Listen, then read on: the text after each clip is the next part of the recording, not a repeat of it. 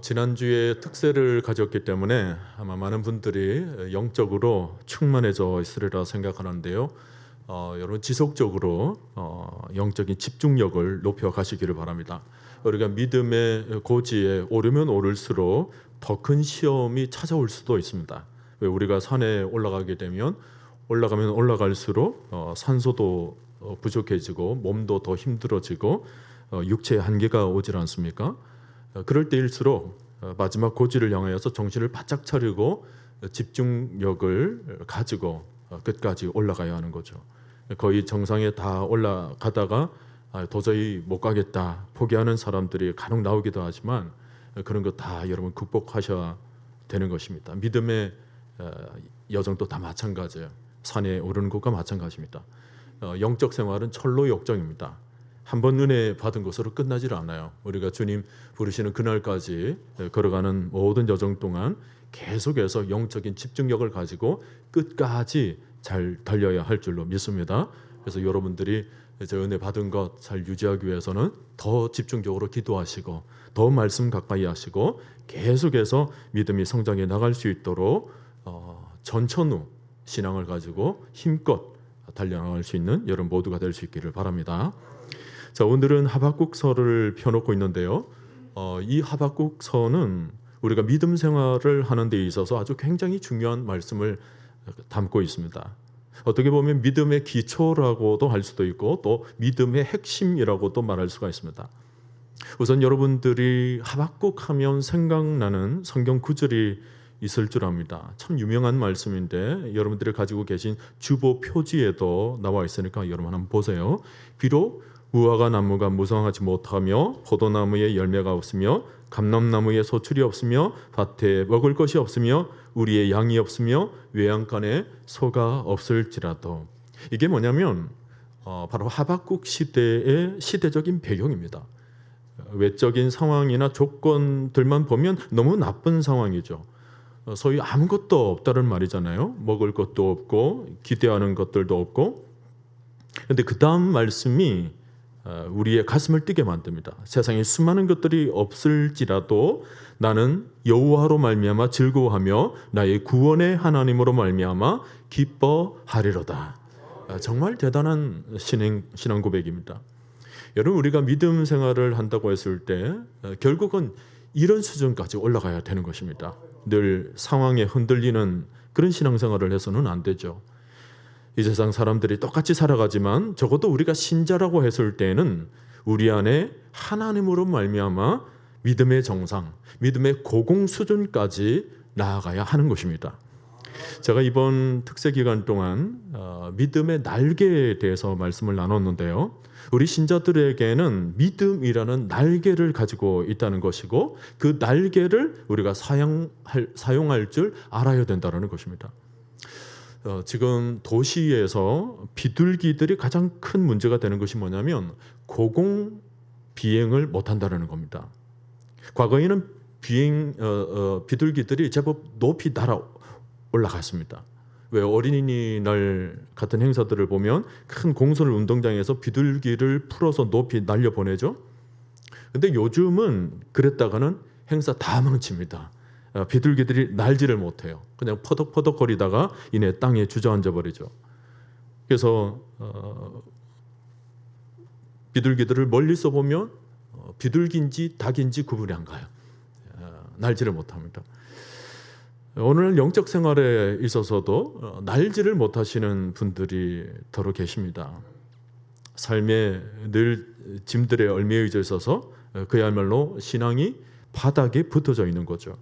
무슨 문제가 있다고, 또 뭔가 또 불편하다고, 내 삶에 어떤 것들이 모자란다고 해서 거기에 끌려가는 삶을 살아간다면 그것은 바닥에 머물러져 있는 신앙이라고 볼 수가 있습니다. 자, 오늘 하박국의 노래를 보세요. 하박국이 지은 노래를 보면 왠지 날아오를 것 같은 말씀이지 않습니까? 주 여호와는 나의 힘이시라. 나의 발을 사슴과 같게 하사 나를 높은 곳에 다니게 하시리로다. 이런 노래를 부를 수 있는 사람은 영적인 고지가 상당히 높은 사람입니다. 나는 여호와로 말미암아 즐거워하며 구원의 하나님으로 말미암아 기뻐하리로다. 지금 하박국은 하나님 한 분으로 인하여서 즐거워할 줄 아는 사람, 구원의 하나님으로 말미암아 기뻐할 줄 아는 사람이 되어 있는 것입니다. 여러분, 누가 여호와로 말미암아 기뻐하며 즐거워할 수 있습니까? 하나님을 의지하는 사람입니다. 누가 이 세상을 힘있게 살아가요? 하나님의 힘을 붙잡는 사람입니다. 제가 어릴 때 우리 마을에서 제일 힘 있는 아이가 누구였냐면 면장집 아들이었습니다.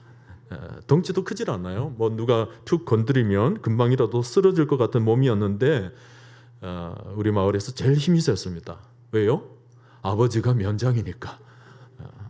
마을에서 힘이 있으니까 건드리지를 못하는 것입니다. 여러분, 우리 신자는 하나님이 든든한 아버지 되십니다. 하나님이 얼마나 위대하신 분이십니까? 얼마나 높으시고 능력이 많으시고 얼마나 사랑이 많으신 분이십니까? 우리가 영이 어두워서 아직 하나님을 제대로 잘 몰라서 그렇지, 그분을 알면 알수록 우리는 그분 때문에 힘을 얻게 되는 것입니다. 상황에 흔들리지 않고 오히려 상황을 뛰어넘어서 더 높은 곳으로 올라가서 하나님과 함께 즐거워하고 하나님과 함께 기뻐하고, 그래서 이 세상에 그 어떤 것과 견줄 수 없는 정상의 기쁨을 누리는 것, 그것이 바로 신자의 삶인 것입니다. 여러분이 보고 계신 주보 표지에 있는 말씀, 이 말씀은 하박국서의 맨 마지막 부분인데요. 사실 처음부터 하박국이 이런 고백을 할 수 있었던 것은 아닙니다. 우리가 하박국서의 배경을 보면 현실은 너무나도 힘든 상황입니다. 무화과 나무가 무성치 못하고 밭에 식물이 없다라는 것은 소위 먹을 양식이 없다라는 것입니다. 일용할 양식이 없어서 제대로 먹지도 못한 채 지금 굶주리고 있는 모습이에요. 또 우리의 양이 없고 외양간에 소도 없고 감람나무에 소출이 없다라는 것, 이 감람나무나 소나 양과 같은 것들은 모두가 제사를 드릴 때 하나님께 바쳐진 제물로 사용되었던 것입니다. 그러니까 하나님 옆에 제사를 드릴 때 이런 짐승들을 잡아다가 번제물로 드리는데, 이것들이 없다라는 것은 지금 하나님께 나오고 싶어도 제물이 없어서 제사를 드리지 못할 정도로 종교적으로 많이 황폐되어 있는 상황입니다. 그런데다가 나라 밖을 내다보면 주변 상황들이 더 기가 막혀요. 아수르라든지 애굽이라든지 주변 강대국들은 날이 갈수록 힘이 세워져 가고 있고 정말 눈을 퍼렇게 뜨고 정복 전쟁을 일삼고 있는 상황인데, 그 사이에서 너무나도 힘없고 초라해 보이는 이 이스라엘이 무너지는 것은 시간 문제라는 거예요. 이런 분위기가 되다 보니까 백성들이 모두가 낙담이 되어가지고 완전한 멸망, 완전한 낭망이 가득한 채로 아무것도 할 수 없을 정도로 무기력해져 있는 상태가 되어 있는 것이 이 하박국서의 배경입니다. 자, 이런 모습을 지켜보고 있으면 누구라도 답답해지지 않겠습니까? 하박국 선지자도 그랬던 것 같습니다. 그래서 마지막으로 사생결단을 하고 하나님께 좀 찾아가서 하나님께 좀 따지는 모습이 나오는데, 여러분 오늘 우리가 읽은 2장 1절을 다시 보세요. 그게 나옵니다. 거기 보면 하나님께 막 찾아가서 막 따지듯이 늘어놓는 내용인데, 제가 현대인의 성경으로 읽어드리면 이렇습니다. 내가 내 망대에 올라가서 기다리며 내 질문에 대하여 여호와께서 어떻게 대답하실지 좀 알아보고, 또 내가 책망을 받을 경우에는 대답할 말도 생각해 보겠다. 그러니까 질문거리가 있어서 이 질문을 하나님께 던지고 하나님께서 어떻게 대답할지 내가 들어보겠다라는 거예요. 그리고 들어보고 내가 대답할 말을 막 늘어놓았을 때 하나님께서 나를 야단치더라도 거기에 대해서 또다시 대꾸할 말들을 미리 다 만들어 놓겠다, 이런 얘기를 하고 있는 거죠. 그래서 소위 지금 하박국 선지자는 마음이 상할 대로 상해져 있는 것입니다. 하박국이 특별히 속이 상했던 것은 두 가지입니다. 우선 첫째는 하나님을 믿는 백성의 입장에서 볼 때 세상이 너무 불공평하다라는 것입니다. 율법이 있고 정의가 있다면 지금 일어나고 있는 일들을 하나님께서 좀 제대로 봐달라는 거예요. 그런데 그 질문에 대해서 우선 하나님께서 이렇게 대답을 하십니다. 그래, 네 말이 옳다. 세상이 좀 불공평해 보이는 부분이 있기는 있구나. 내가 법을 집행하겠다. 그런데 갈대아 사람이라는 것은 바벨론을 가리킵니다. 이 갈대아 사람을 크게 번성하게 만들겠다라고 말씀을 주시는 거예요. 그 당시 바벨론은 점점 떠오르는 신흥국가였습니다. 그러나 아주 포악하기로 소문난 나라였습니다. 그 소문을 하박국이 안 들었을 리가 없죠. 그래서 가만히 들어보니까 하박국이 더 기가 막히는 거예요. 다시 하나님 앞에 나아갑니다. 그래서 두 번째 질문이 하나님 어떻게 정의로운 법을 집행하는데 하필이면 저렇게 포악한 나라, 포악한 백성을 사용하십니까? 어떻게 저렇게 악한 세상의 민족을 크게 번성해서 사용할 수가 있습니까? 이렇게 따지는 거죠. 하나님께서 그렇게 정의와 율법, 법을 집행하는 측면이라면 우리처럼 이스라엘 백성, 하나님을 잘 섬기는 사람들을 사용하셔야지 어떻게 저렇게 포악한 백성들이 득실될 수 있도록 만드시냐고 하박국은 목소리를 높이는 겁니다. 가만히 들어보면 하박국의 말이 전혀 틀린 말 같지가 않죠.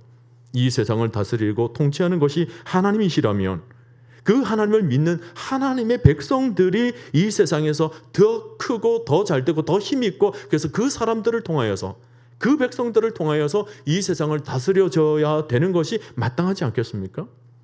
그렇게 되는 것이 당연해 보이죠.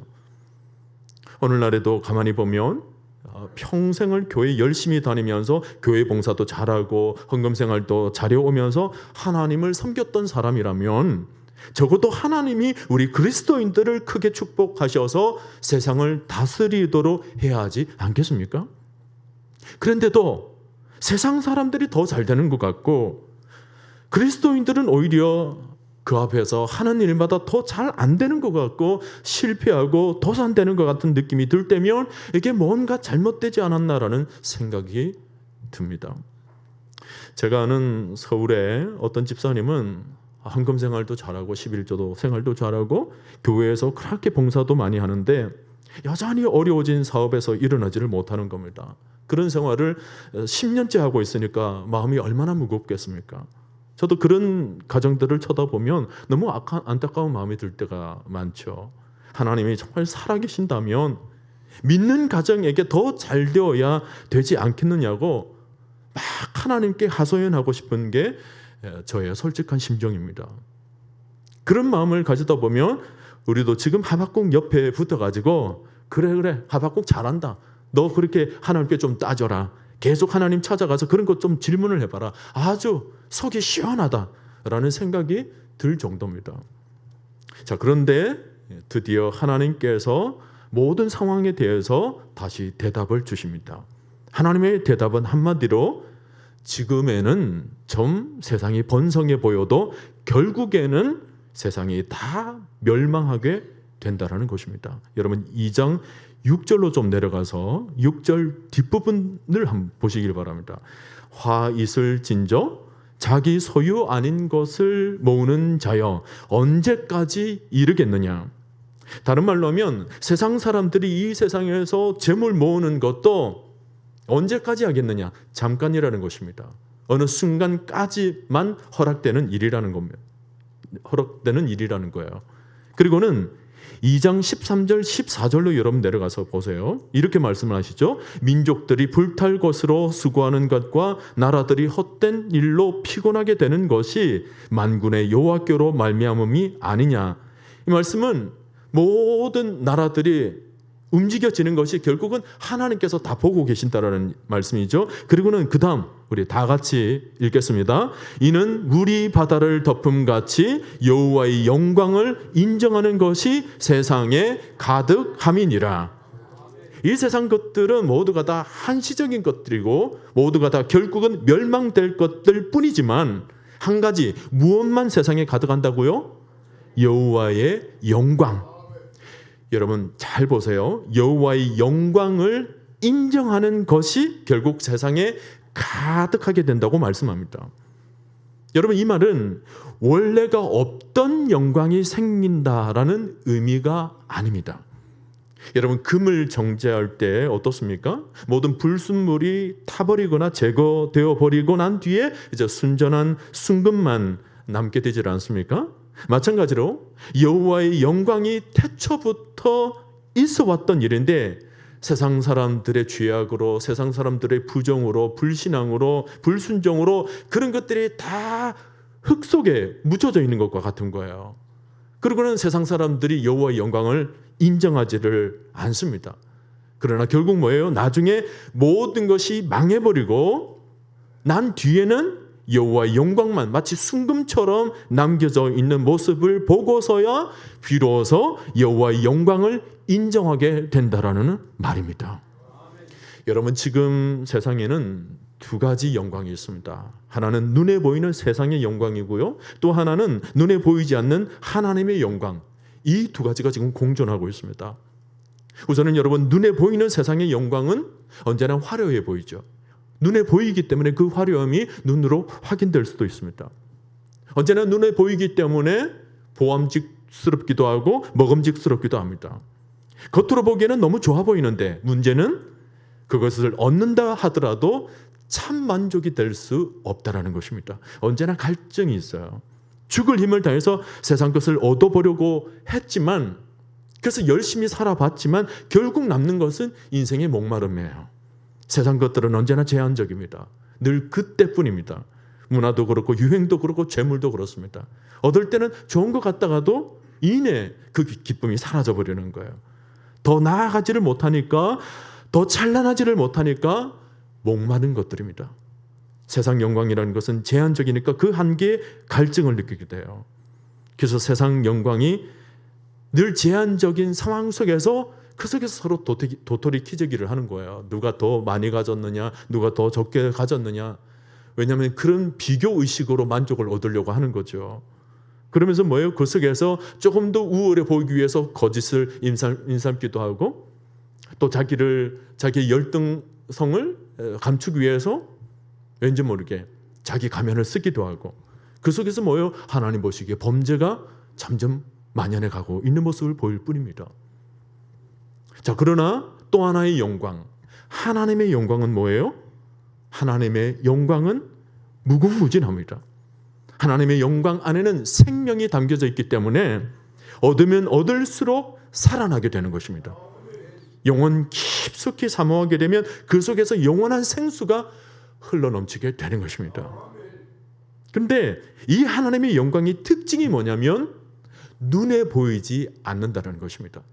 세상 영광은 눈에 보였어요. 그런데 하나님의 영광은 눈에 보이지는 않습니다. 여러분, 눈에 보이지 않는다면 우리가 어떻게 볼 수 있느냐? 그게 관건이죠.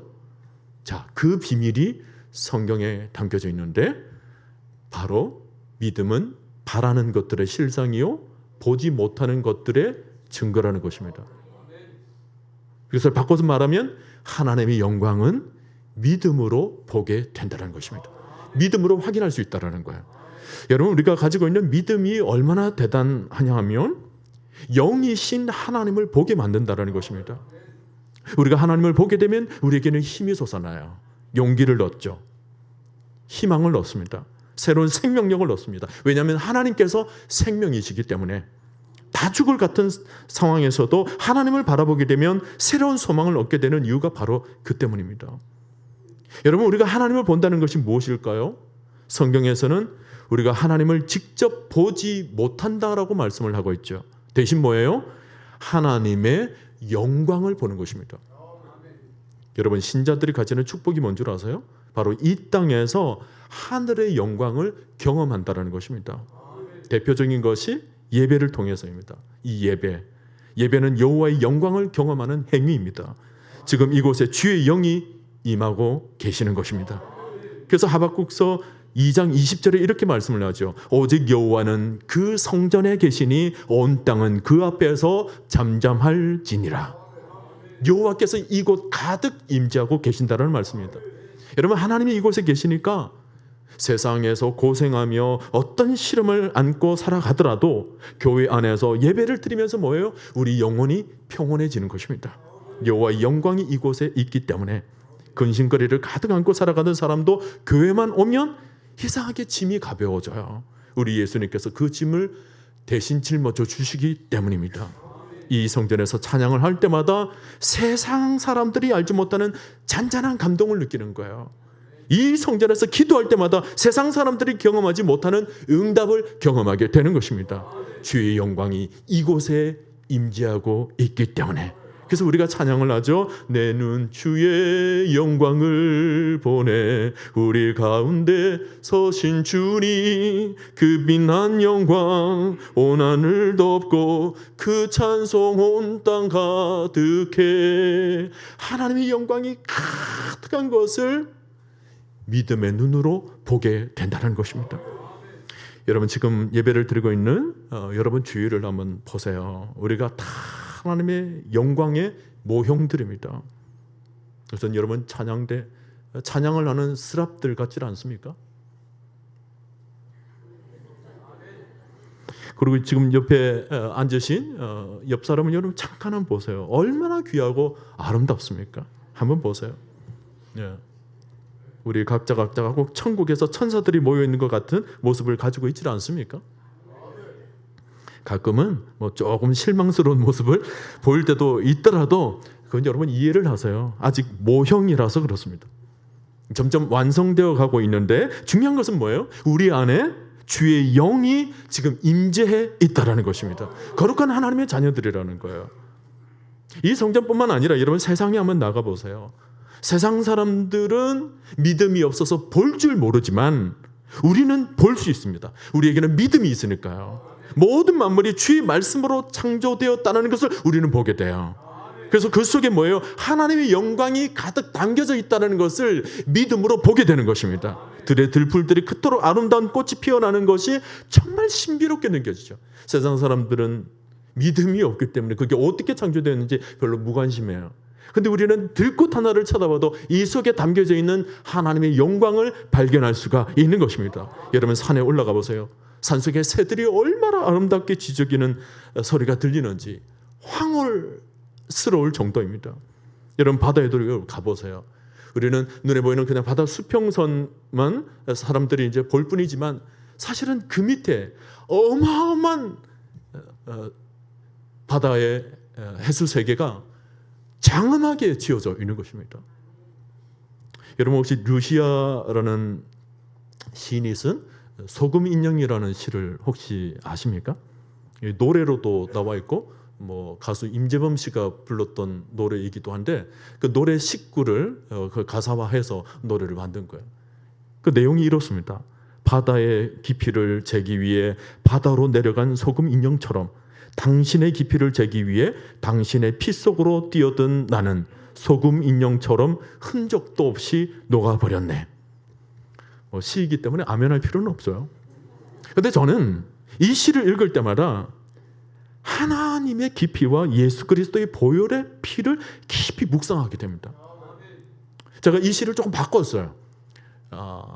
신앙의 관점으로 정말 믿음의 눈으로 이 시를 읽는데 저는 이렇게 읽혀졌습니다. 바다의 깊이를 재기 위해 바다로 내려간 소금 인형처럼 하나님의 그 은혜의 깊이를 재기 위해 예수 그리스도의 피 속으로 뛰어든 나는 바다에 녹아버린 소금 인형처럼 그 하나님의 은혜에 내 자아는 흔적도 없이 녹아버렸네. 제가 세상시를 그렇게 해석을 한 겁니다. 하나님의 놀라운 세계에 첨벙 뛰어들었더니 그 속에 그 영광 속에 내 자아도 잃어버린 채로 놀랍게 하나님을 찬미하게 되는 순간이 머릿속에 떠오르는 거죠. 여러분, 하늘로 올라가면 또 어떻습니까? 구름 위에서 내려다보는 세상은 그야말로 경외감이 느껴지지 않습니까? 저는 비행기를 타고 하늘 위로 올라가는 것을 참 좋아합니다. 하늘 위로 올라가서 그 창밖으로 비춰진 그 구름 밑에 세상을 바라보게 되면 저절로 찬송이 나와요. 하나님의 놀랍게 하나님께서 지으신 천하 만물의 세계가 쫙 펼쳐지는 것이 얼마나 아름다운지 모릅니다. 1961년 소련에서 최초로 우주선을 띄웠는데 그때 탔던 사람의 이름이 가가린이라는 사람이었습니다. 그 사람은 소련 공산당이었어요. 하나님을 몰랐던 사람입니다.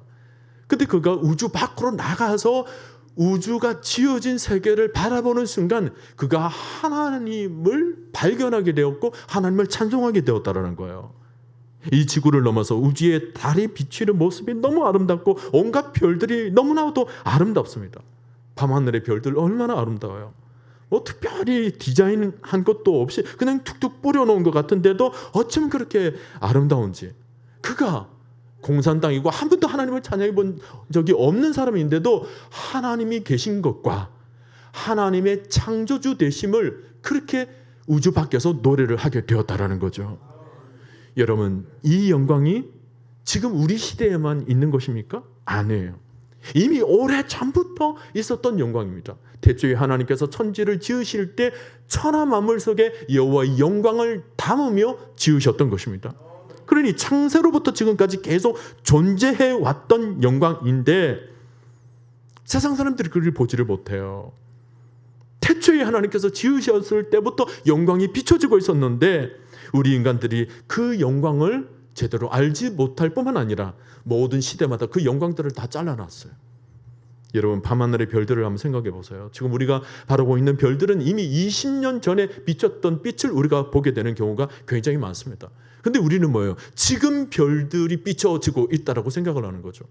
마찬가지로 지금 우리가 영광을 누리고 있고 영광이 비춰지고 있다 정도로만 생각을 하지 이 영광이 태초부터 시작되었다는 것을 세상 사람들이 잘 알지를 못합니다. 우리는 늘 잘라놔요. 우리가 한계된 시야와 한계된 생각, 이 제한된 인생에 100년 남짓 되지도 않는 이 시간 안에 우리의 모든 것을 집어넣고 그 안에서만 생각하려고 할 뿐이죠. 그러나 여러분, 오늘 믿음의 눈으로 하나님의 알파와 오메가 되심을 바라볼 수 있기를 바랍니다. 하나님의 영광은 태초부터 시작되었고 그 영광은 지금까지 계속되고 있는 것입니다. 성경의 여러 인물들은 이 하나님의 영광을 보며 살았습니다. 에스겔도 보면 그 마른 뼈와 같은 척박한 상황에서 이렇게 노래를 해요. 하나님의 음성이 많은 물소리 같고 땅은 그 영광으로 말미암아 빛이 나나니. 이사야도 거룩하다 거룩하다 거룩하다 만군의 여호와여 그의 영광이 온 땅에 충만하도다. 시편의 기자도 113편 4절에서 여호와는 모든 나라보다 높으시며 그의 영광은 하늘보다 높으시도다. 온 땅에 여호와의 영광은 가득한데 세상 사람들은 이것을 도무지 인정하려고 하지 않습니다. 그들의 영광만으로 아주 교만해져 있기 때문에 하나님은 이런 교만한 세상을 멸하실 수밖에 없겠죠. 왜냐하면 교만과 거룩이 함께하지를 못하기 때문에 그렇습니다. 하나님이 그 교만을 멸하시고 결국 나중에 남게 되는 것이 뭐냐? 여호와의 영광, 그 순금 같은 여호와의 영광만 가득 남아서 사람들은 결국은 인정하게 될 수밖에 없을 것이다. 여러분, 여호와의 영광을 인정하게 만드는 것은 신자의 무엇이라고 그랬습니까? 믿음이에요. 지금 이 순간에도 여호와의 영광을 바라보고 여호와의 영광을 지금 인정하게 만드는 것은 세상 사람들이 가지고 있지 않는 우리 안에 있는 믿음인 것입니다. 그래서 오늘 하박국 2장 3절 4절에서 이렇게 말씀을 합니다. 세상 사람들은 아직 보질 못하지만 너희는 지금 여호와가 세상 속에 담겨져 있는 것을 똑똑히 보라는 거예요. 제가 읽습니다. 이 묵시는 정한 때가 있나니 그 종말이 속히 이르겠고 결코 거짓되지 아니하리라. 비록 더딜지라도 기다리라. 지체되지 않고 반드시 응하리라. 보라, 그의 마음은 교만하며 그 속에서 정직하지 못하나. 세상 사람들에 대해서 말하죠. 그 다음 말씀, 의인은 그의 믿음으로 말미암아 살리라. 하나님께서 차근차근 이 세상에 흘러가는 조류들에 대해서 딱 통으로 보시고 말씀을 주시는데 하박국이 이 말씀을 듣고 눈이 열리게 된 거예요.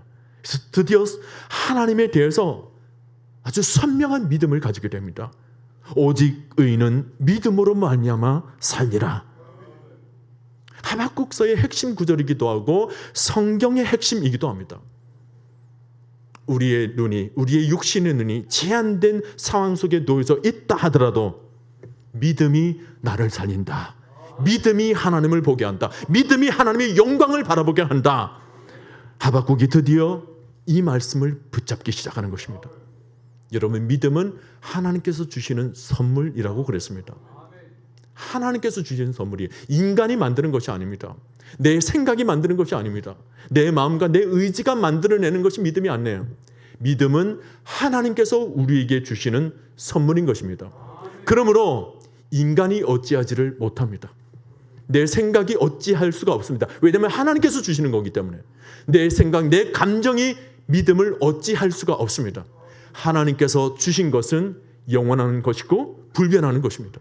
오늘 여러분이 있는 믿음은 영원한 것이고 불변하는 것인 줄로 믿으시길 바랍니다. 그 믿음이에요. 그 믿음을 붙잡는 사람이 하나님을 바라보게 되는 거예요. 아무리 죽을 것 같은 환경에서도 하나님께서 주신 믿음, 내 속에서 더 이상 이제 사라지지 않을 믿음입니다. 하나님께서 주시는 믿음이기 때문에 이 사라지지 않을 이 믿음을 가지고 우리는 살아가는 거예요. 상황이 어렵습니까? 어렵더라도 내게 주신 하나님의 선물, 이 믿음을 가지고 세상을 바라보게 될 때 어려운 상황 속에서도 소망을 얻게 되는 것입니다. 새로운 힘을 얻게 되는 것입니다. 어둠과 절망과 낭망은 누구나 다 느끼며 살아가는 삶이지만 그 속에서 믿음을 붙잡는 사람은 하나님을 보게 되는 것입니다. 그래서 뭐예요? 오직 그이는 믿음으로 말미암아 살리라. 어떤 고난이 와도 어떤 어려움이 와도 신자는 믿음으로 말미암아 일어서게 되는 것입니다. 하박국서 마지막 절을 보면 이 노래는 지휘하는 사람을 위하여 내 수금에 맞춘 것이니라 그랬습니다. 하박국이 결국 마지막 절에 가서 막 노래를 하는 거예요. 찬송을 부르는 겁니다. 찬양을 막 하는 거예요. 여러분, 하박국이 어디에 있었냐면 성루에 있었습니다. 이 노래를 하나님과 처음 따지기 시작했을 때 그가 성루에 앉아서 하나님께 막 따졌어요. 성루로 하면 뭐냐면 전쟁터로 따지면 전쟁터의 맨 선봉장에 있는 방패막이 되는 그 위치입니다. 적들로부터 공격을 제일 먼저 받을 수밖에 없는 그 성루에 서서 하나님께 막 따지고 있었어요. 근데 지금 이 노래를 어디서 부른다고요? 성루에서 부르는 거예요. 하박국이 자리를 이동한 건 아닙니다. 전쟁터와 같은 곳, 전쟁의 가장 선봉에서 적들을 가장 먼저 맞이할 수 있는 이 전쟁터에 딱 서서 하박국이 지금 뭐 하고 있다고요? 노래를 하게 된 거예요. 찬송을 하게 된 것입니다. 여러분, 하박국이 노래를 하게 된 이유가 뭐냐면 현실의 문제가 해결되었기 때문이 아닙니다.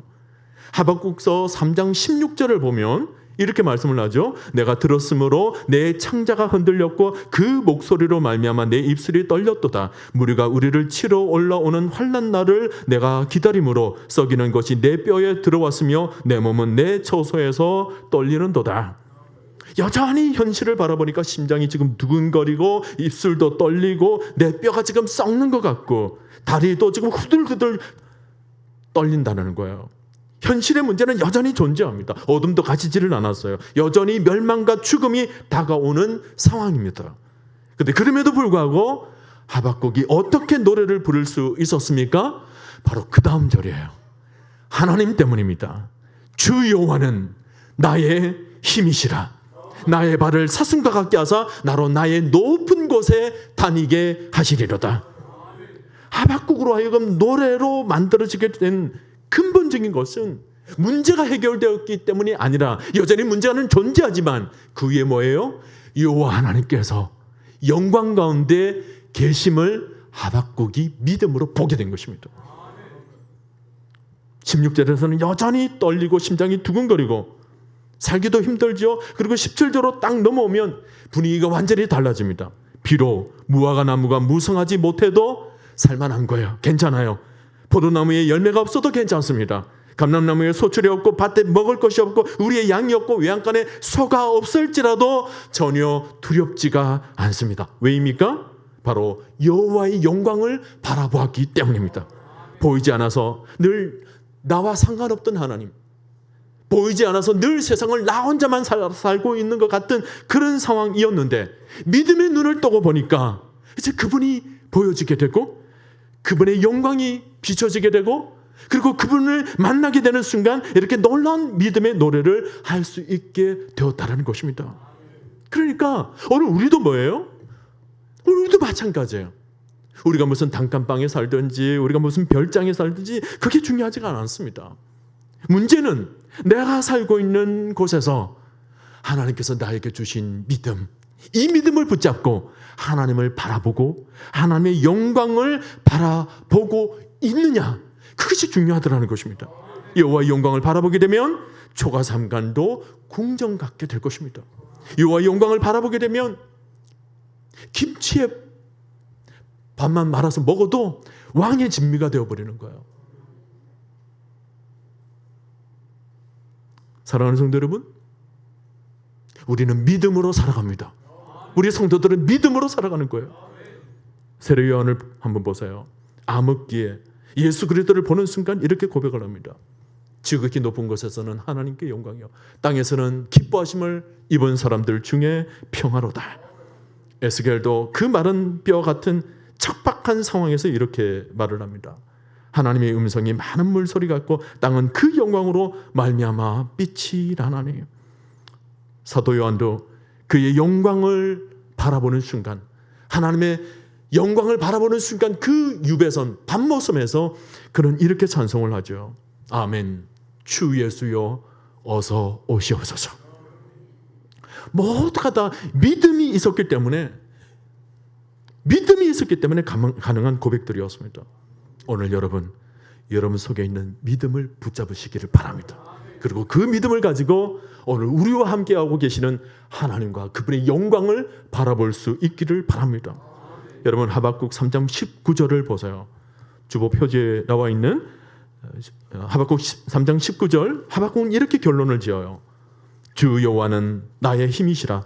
나의 발을 사슴과 같게 하사 나를 나의 높은 곳으로 다니게 하시리로다.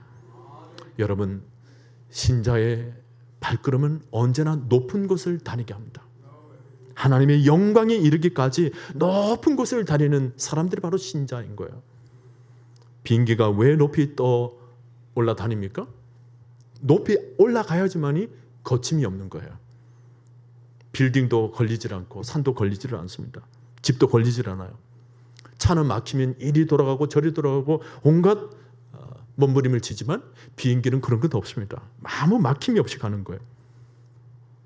미국 필라델피아 시청 정상 위에 윌리엄 펜이라는 동상이 있습니다.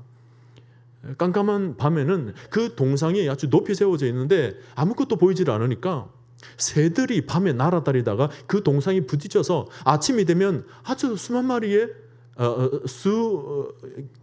마리의 새들이 그냥 떨어져 있는 거예요. 밤에 보이지를 않으니까. 깜깜한 밤하늘에 낮게 날아다니니까 새들이 그 동상에 부딪혀서 그렇게 떨어지더라는 것입니다. 여러분, 우리도 마찬가지입니다.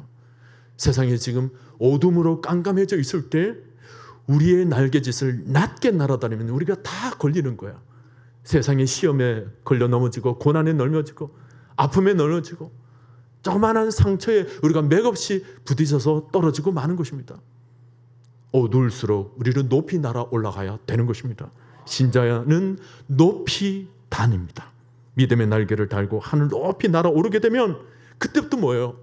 거침이 없어요. 막힘이 없습니다. 그리고 우리의 시야도 뭐예요? 하나님의 관점으로 세상을 바라보게 되는 거예요. 그동안 우리가 너무 낮게 날아다니다 보니까 너무 많은 것들이 우리로 하여금 넘어지도록 만든 것입니다. 우리가 하나님의 높은 곳으로 다니기 위해서는 오늘 여러분 안에 있는 믿음을 붙잡으시기를 바랍니다.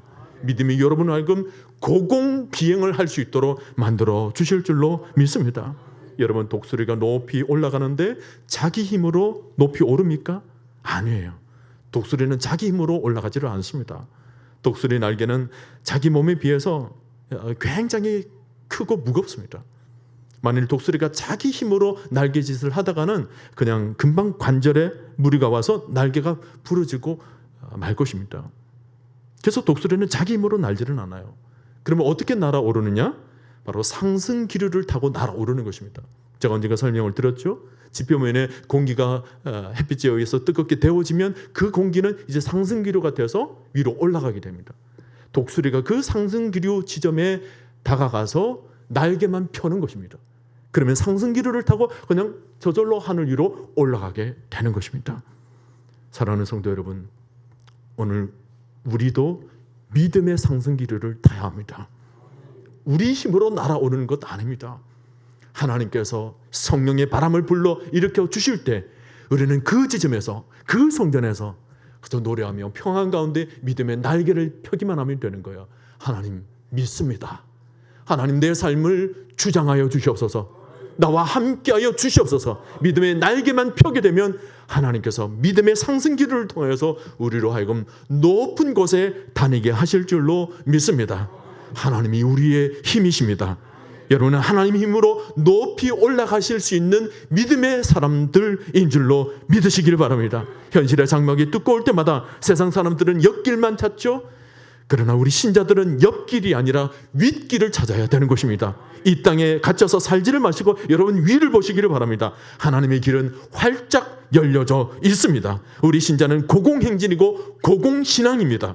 오늘 여러분 모두가 문제만 갇혀져 있지 마시고 문제를 벗어나서 높이 비상하여서 우리의 상상을 넘어선 창조주 하나님, 없는 것을 있게 만들어주시는 하나님, 죽은 자를 살려주시는 하나님의 능력을 붙잡으시고 나의 발을 사슴과 같게 하사 나로 나의 높은 곳에 다니게 하실 하나님을 날마다 찬송할 수 있게 되기를 바랍니다. 여러분, 이 땅의 것들은 영원한 것이 아닙니다. 이 땅의 것 중에 영원한 것은 하나도 없습니다. 바벨론은 주전 539년에 하나님의 말씀대로 멸망하였습니다. 이 땅도 마찬가지입니다. 이 땅에 어느 것도 영원한 것이 없습니다. 사랑하는 성도 여러분, 영원한 것은 하나님 한 분뿐이십니다. 영원하신 하나님을 확실히 여러분 믿으시고 그 믿음으로 인해서 날마다 즐거워할 수 있게 되기를 바랍니다. 신앙이란 우리의 현실 속에서 믿음의 눈으로 하나님을 바라보는 행위인 것입니다. 현실 속에서 세상을 쳐다보는 눈으로가 아니라 믿음의 눈을 뜨게 되면 그 믿음으로 하나님을 바라보게 될 것이고 하나님의 영광이 우리 속에 비춰지게 되는 순간 우리도 이렇게 고백하게 될 것입니다. 오직 의인은 믿음으로 말미암아 살리라. 오직 나는 믿음으로만 말미암아 살리라. 금년 한 해 동안 여러분 모두가 한 분 예외 없이 믿음을 붙잡으시고 믿음으로 증진하시고 그래서 믿음의 큰 역사를 이루는 여러분 모두가 될 수 있기를 주님의 이름으로 간절히 축원드립니다.